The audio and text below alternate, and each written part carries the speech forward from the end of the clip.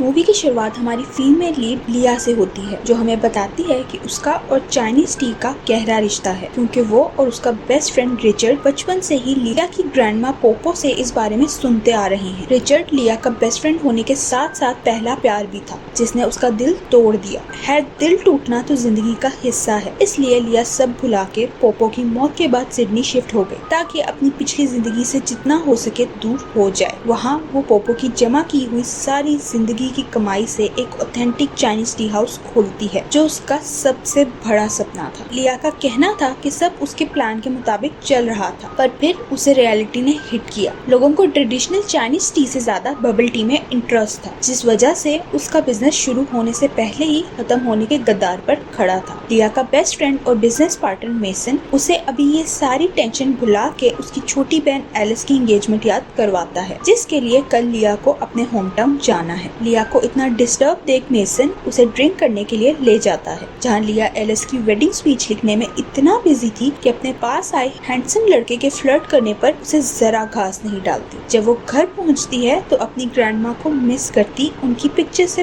बात करने लगती है। लिया बहुत डिस्टर्ब थी कि उसकी छोटी बहन की लाइफ परफेक्ट चल रही है और अब वो अपने सपनों के राजा से शादी भी करने वाली है, लेकिन यहाँ लिया बड़ी होने के बाद भी बिल्कुल मेस्ड अप है और अब उसके पास सिर्फ एक मंथ का और रेंट देने के पैसे हैं। नेक्स्ट सीन में लिया और मेसन लिया के होम टाउन पहुँच जाते हैं, जहाँ जाके लिया को अपने फेलियर होने का एहसास मजीद सताने लगता है, क्योंकि एलिस वहाँ बहुत फेमस थी। एलिस के बताए हुए रेस्टोरेंट पहुँच के लिया अपनी मॉम से मिलने से पहले अपना हुलिया सही करने चली जाती है, क्योंकि उसकी मॉम बहुत स्ट्रिक्ट है। उनका लिया से मिलते ही पहला सवाल यही था कि उसका बिजनेस कैसा चल रहा है, जिस पर लिया किसी भी ड्रामा से बचने के लिए झूठ बोल देती है कि सब बहुत अच्छा जा रहा है, जिस पर उसकी मॉम उससे खुश हो जाती है। तभी वहाँ लिया के पिता भी आ जाते हैं और हमें पता चलता है कि लिया के माता पिता अलग हो चुके हैं, पर आज भी वो एक दूसरे को देखते ही आपस से बाहर हो जाते हैं। लिया और एलिस उन्हें आज के दिन लड़ने से रोकते हैं। तभी वहाँ एक फॉर्च्यून टेलर यानी भविष्य देखने वाली आ जाती है, क्योंकि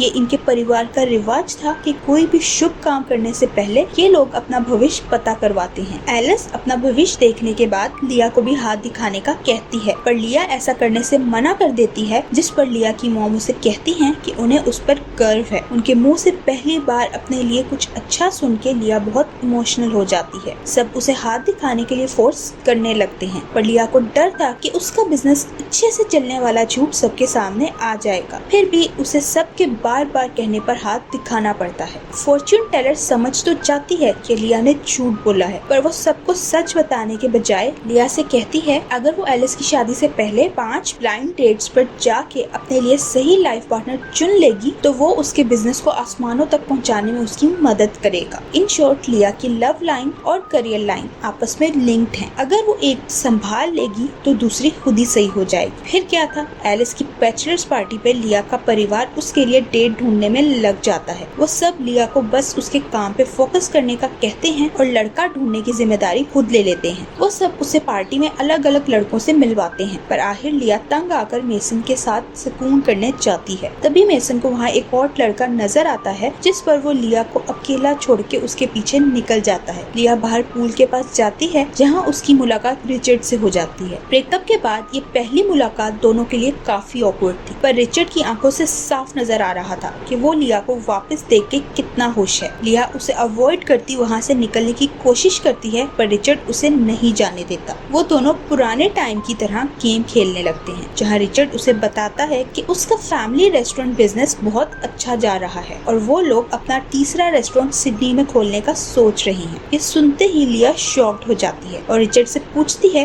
कि आखिर उसे यहाँ किसने इनवाइट किया। तभी वहाँ एलिस आ जाती है और लिया को बताती है कि लिया उसकी ब्राइड मेड है, जबकि रिचर्ड बेस्ट मैन। ये सब एलिस ने अपने वेडिंग मैनुअल में लिख के लिया को भेजा था, जो उसने कभी पढ़ा ही नहीं। इस सब से फ्रस्ट्रेट हुई लिया ड्रिंक करने लगती है और बहुत ज्यादा ड्रिंक करने की वजह से अजीब पागलों की तरह डांस करने लगती है। अगली सुबह जब उसे होश आता है तो वो रिचर्ड के बेडरूम में थी। रिचर्ड को कपड़ों के बगैर देख वो सोचने लगती है कि शायद कल रात इन दोनों के बीच कुछ हुआ था, पर रिचर्ड उसे बताता है कि ऐसा कुछ नहीं था। उसके नशे में पागल होने की वजह से उसकी सेफ्टी के लिए परेशान रिचर्ड उसे अपने साथ ले आया। रिचर्ड उसे कहता है अगर वो सिंगल है तो वो दोनों एलिस की शादी पे साथ जा सकते हैं, पर लिया इससे मना करते हुए उसे कहती है है कि उसके पास डेट है जिससे वो रिचर्ड को जल्द ही मिलवा देगी। फिर वो फौरन उसके घर से निकलते हुए मेसन के पास चली जाती है और उससे कहती है कि अब वो एलिस की शादी पे दबाव बर्बाद बिजनेस और बगैर डेट के नहीं आ सकती,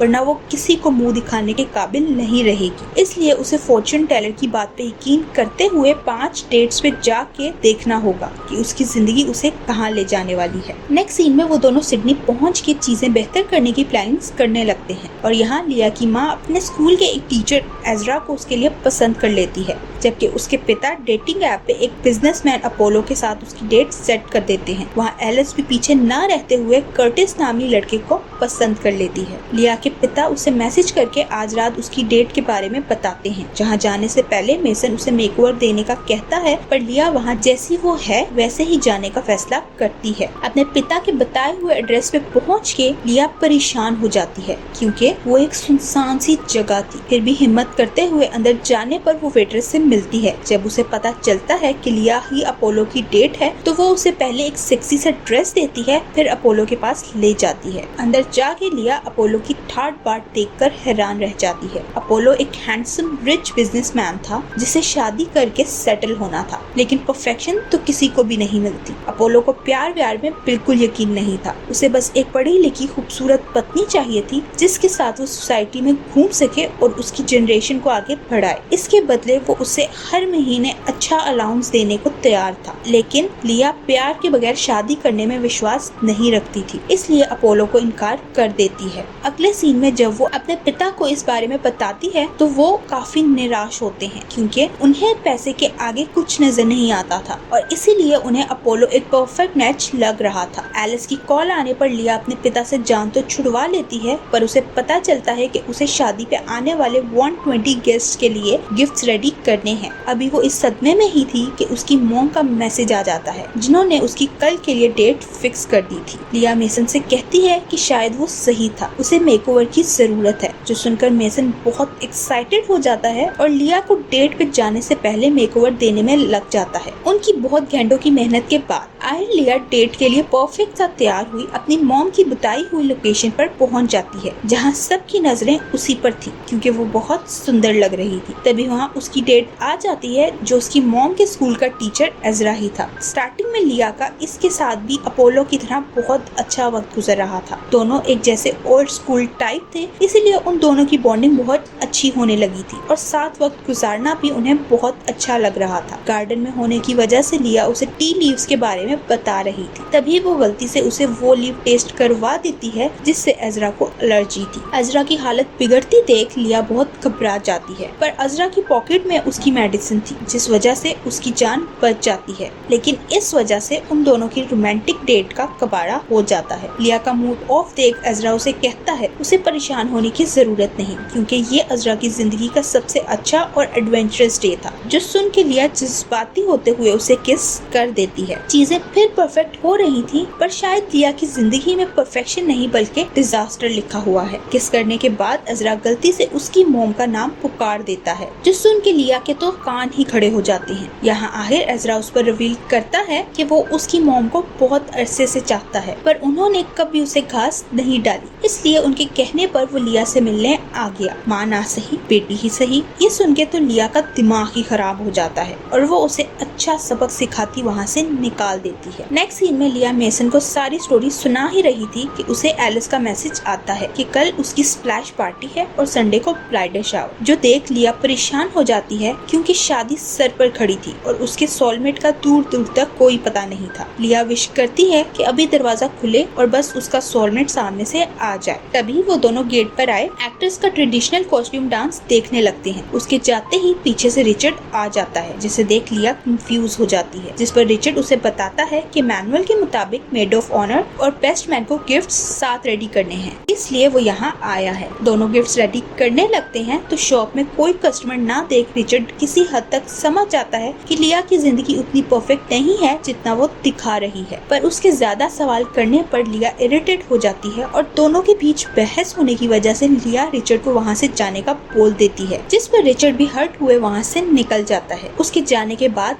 मेसन लिया से कहता है बेशक रिचर्ड ने उसे हर्ट किया होगा, पर वो भी रिचर्ड के साथ कुछ अच्छा नहीं कर रही। नेक्स्ट सीन में ये सब स्प्लैश पार्टी के लिए पहुंच जाते हैं, पर लिया ज्यादा एक्साइटेड नहीं थी क्योंकि उसे पानी से डर लगता है। उसे ज्यादा बुरा तब लगता है जब वो रिचर्ड को उसकी डेट के साथ देखती है। एलिस वहाँ आके लिया को उसकी आज की डेट कर्टिस से इंट्रोड्यूस करवाती है। लिया और रिचर्ड दोनों ही आए तो किसी और के साथ थे, पर उन दोनों की नजरें बस एक दूसरे पर ठहरी हुई थी। कर्टिस से एलिस मेडिटेशन रिट्रीट पे मिली थी जो लोगों को स्पिरिचुअली हील होने में मदद करता है। पानी में जाने से पहले सब लोशन लगाते हैं तो लिया रिचर्ड को उसकी गर्लफ्रेंड को लोशन लगाता देख जेलस हुई कर्टिस से मदद मांगती है, पर अपने ब्लंडर की वजह से उसे खुद ही कर्टिस को लोशन लगाना पड़ता है। जिसके बाद कर्टिस सबको योगा करवाता है और फिर लिया का ट्रस्ट जीतते हुए उसे पानी में ले जाता है, जहाँ फाइनली वो लिया के अंदर से पानी का डर खत्म कर देता है और लिया पहली बार खुल के पानी को एंजॉय करती है, जिस पर लिया खुशी के मारे कर्टिस को किस ही कर देती है, जो देख सब लिया के लिए खुश थे। पर रिचर्ड के उसे किसी और के साथ देखकर दिल पर छुरियां चलने लगती हैं। जब वो लिया को वापस घर छोड़ने जा रहा था तो उसकी जेलसी खुल के लिया के सामने आ जाती है, जिस पर लिया उस पर गुस्सा होने लगती है और कहती है एक तो उसने लिया को धोखा देते हुए उसका दिल